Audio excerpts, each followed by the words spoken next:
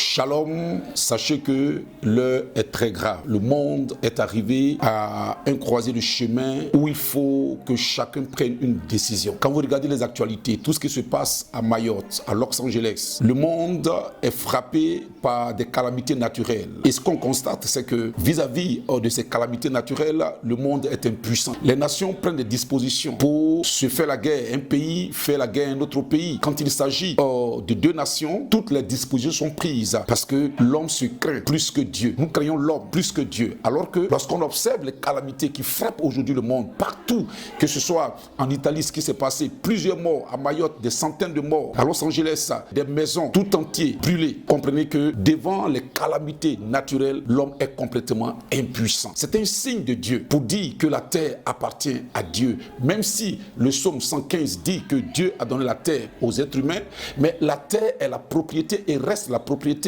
privée de Dieu. Pour toi qui m'écoutes, je voudrais que tu saches que le beau monde que tu vois a une fin. L'heure est arrivée pour que tu prennes ta décision. Où passera ton âme? Est-ce que ton âme aura la grâce de passer l'éternité auprès du Seigneur ou en enfer? Alors prends ta décision.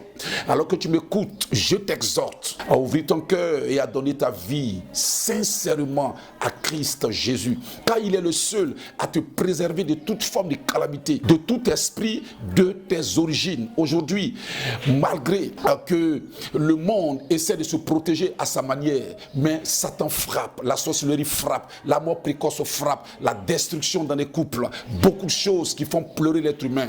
Mais la Bible dit quelque chose. Quiconque se confie en l'Éternel ne sera point confus ni honteux. Je te dis que en donnant ta vie à Christ, si tu as le Fils, tu as le Père. Et si tu as le Fils, les portes s'ouvriront pour toi. Alors, pour que tu saches que Jésus-Christ est Seigneur et Dieu est tout puissant, il te donne l'éternité si tu lui fais confiance.